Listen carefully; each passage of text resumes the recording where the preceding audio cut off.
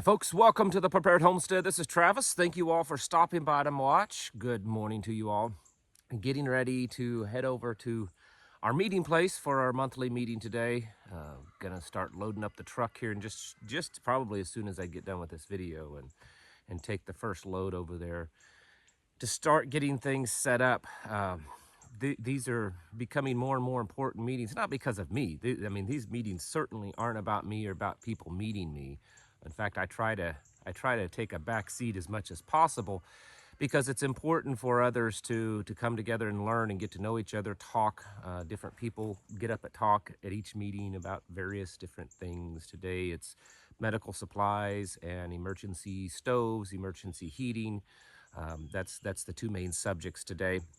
But that's not what I want to talk about in this video. What I want to get back to a subject I talked about many times on this channel, and that's food. And we've kind of not focused on that in a while because, you know, there's so much other stuff going on, and we try to, you know, keep fluid and move around to all the different things happening. But the food stuff is always still there, and it's kind of reared its ugly head again of possible global problems with food that a lot of people thought had been resolved. Now, I'd mentioned this about a week or so ago, that the deal with Ukraine, Russia, Turkey, all there in the Black Sea, of getting Ukrainian wheat out of the Black Sea so that it can go to market, had been made, but that it looked like that deal was going to fall through, and sure enough, it has. Russia has sent notification to the United Nations that it is no longer going to give safe passage to Ukrainian wheat out of the Black Sea. And this is because the Ukrainians supposedly has been attacking some Russian ships there in the Black Sea, and so they're backing out of that deal. Now, what that means is that the wheat that is coming out of Ukraine, and it's certainly not nearly what it was, is going to get cut off again, it looks like. We'll probably start seeing globally effects of this. Probably, I would guess somewhere in January is where we'll start really seeing it. Now, of course, you know, the Ukrainian wheat doesn't affect us directly here in the United States, but it is going to affect us indirectly because, you know, we live in a global economy, whether we like it or not. The global markets, most all of this kind of stuff, these commodities are traded on global markets and affect the price globally. And as other nations are not able to get the wheat that they would normally get from Ukraine, one of the places, in fact, the president has pledged this, that one of the places that they can get it from is the United States, which is going to deplete our supplies, even if we had an abundance, even if we, you know, we're doing great in producing lots.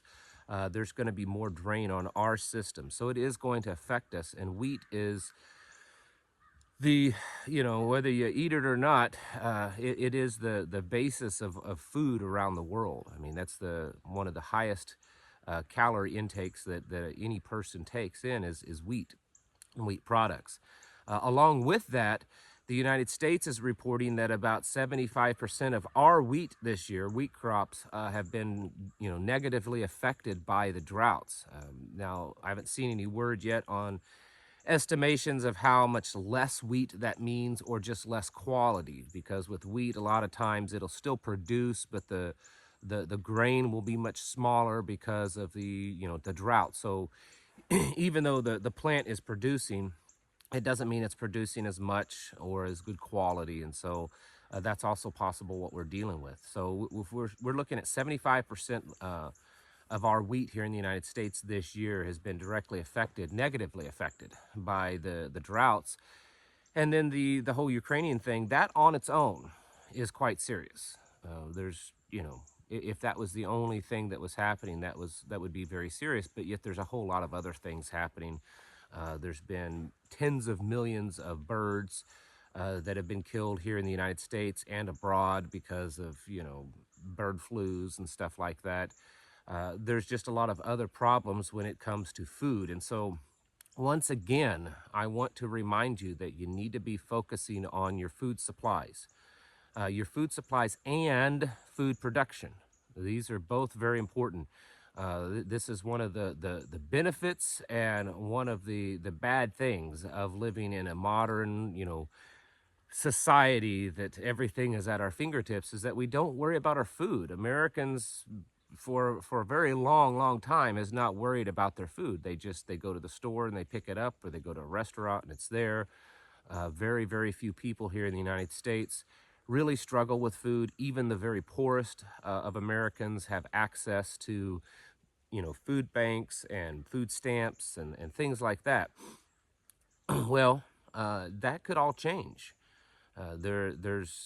Even the United Nations, and I'm no friend of the United Nations, but even they have kind of changed their tune that the global famine of food that they have been talking about isn't just any longer just going to affect third world nations. They're now saying that it will affect all the planet. All 8 billion plus people on the planet will be affected by these food problems. And so this is one of the easiest things that we can fix. One of the most basic things as a prepper, as a homesteader, as a self-sufficient person, is to stock up on food and to produce your own food. Stocking up is just a part of it. That's just a band-aid. The food supplies that you have, that's a buffer, okay, for when it all starts really hitting the fan and you're having to live off of that. You're having to live off of the food that you have control over. Those food supplies gives you a little bit of buffer so that you can start producing, a year or two's worth at least of your food stocked up. And that gives you a year or two to get your food, your garden production, your animal production, and all that kind of stuff up to where it needs to be so that you can live off of it. Gardening should be a high priority. I said this past year that 2022 should have been looked at as a big dry run to get out there and produce as much food as you can. It's quite possible that in 2023 it's going to become more of a reality. So I hope that you're planning on that, getting your garden seeds that you need ordered. We are, have got some things in the ground, and we still are hoping to plant some more winter crops, more garlic, things like that. It's getting hard to find. I planted some, and then I thought maybe I can get some more. And I got to looking this last week, and most places were sold out, but I did find some more, so we're going to get some more in the ground. That kind of stuff. It's a lot of people just don't think about this. They're just so accustomed to going to the grocery store and it just being there. And it's quite possible that in the near future, and when I say near future, I'm saying at least 6 to 12 months, but maybe less, that those foods won't be available, or they'll be so outrageously expensive that many of you won't be able to really afford them.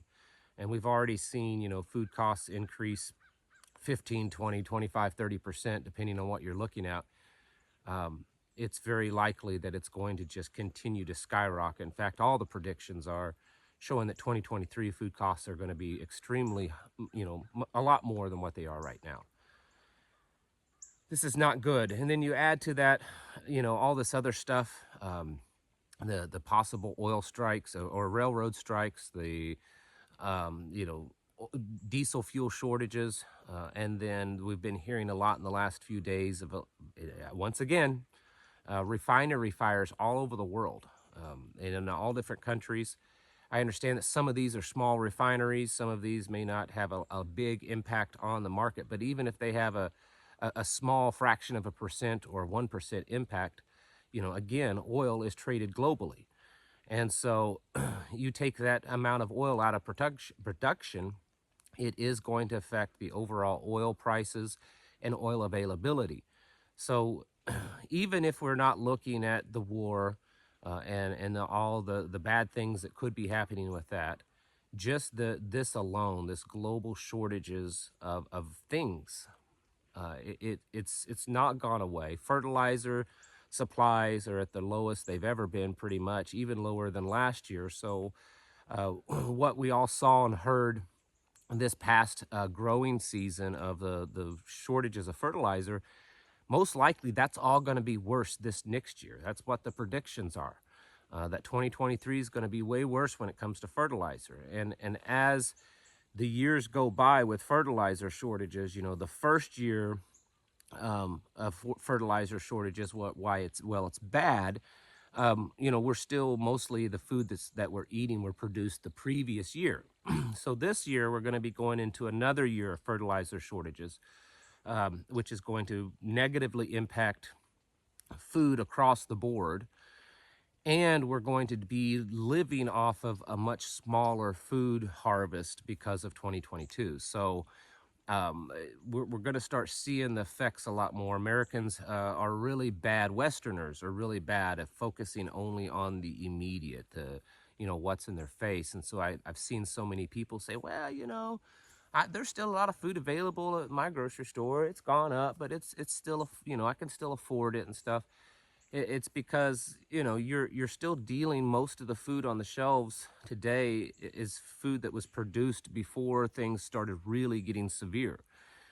This next year, that's not going to be the case. We're going to be most of the food on the shelves is going to be produced during this time of shortages, and it's just going to continue to snowball from there. So that's why we have to continue to prepare ourselves.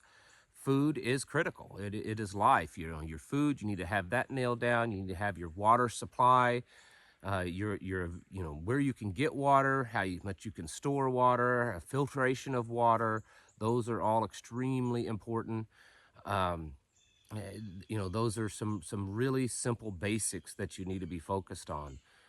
Because there's absolutely no sign pretty much anywhere in the markets that this next year is going to be a really great year. We're also dealing with the increase of drought. This past year was the worst year in a long time, pretty much across the board on drought. The drought spread even further, even here into Missouri, which was the first year, here in the Midwest, that it was really starting to affect us.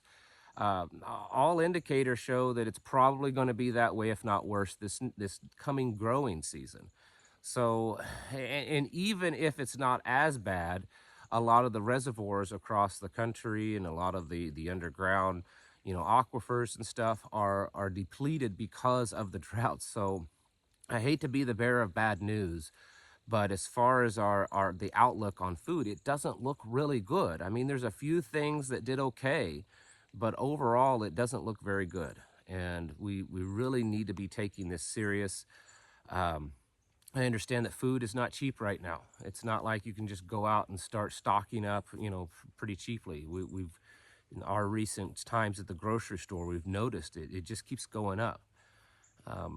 So it's harder. Your money isn't going as far, but you got to do it, because if you're not feeling the pain now by buying extra food and putting away, you're certainly going to feel it in the future, and it's going to be a lot more painful, a lot more devastating, because it's just not going to be available, or you're not going to be able to afford it, or you're going to have to cut back so much that you're just barely eating enough to kind of get along. And I know I'm painting a very doomsday kind of scenario, but the way the chessboard is being set up, that is very much a possibility. And so I think that the wise thing to do would just be to continue stocking up.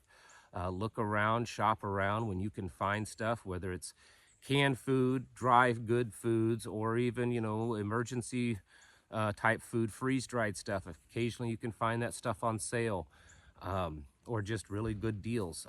Any of it, just a mixture of all of it. And then of course producing your own food is very critical also, because we're going to start feeling it, folks. I know we've already felt it in our pocketbooks, but I'm telling you, I think we're really going to start feeling it this coming year. So folks, it's time to get your houses in order. Prepare yourselves mentally, physically, and spiritually. Thank you for watching, and I'll catch you in the next video.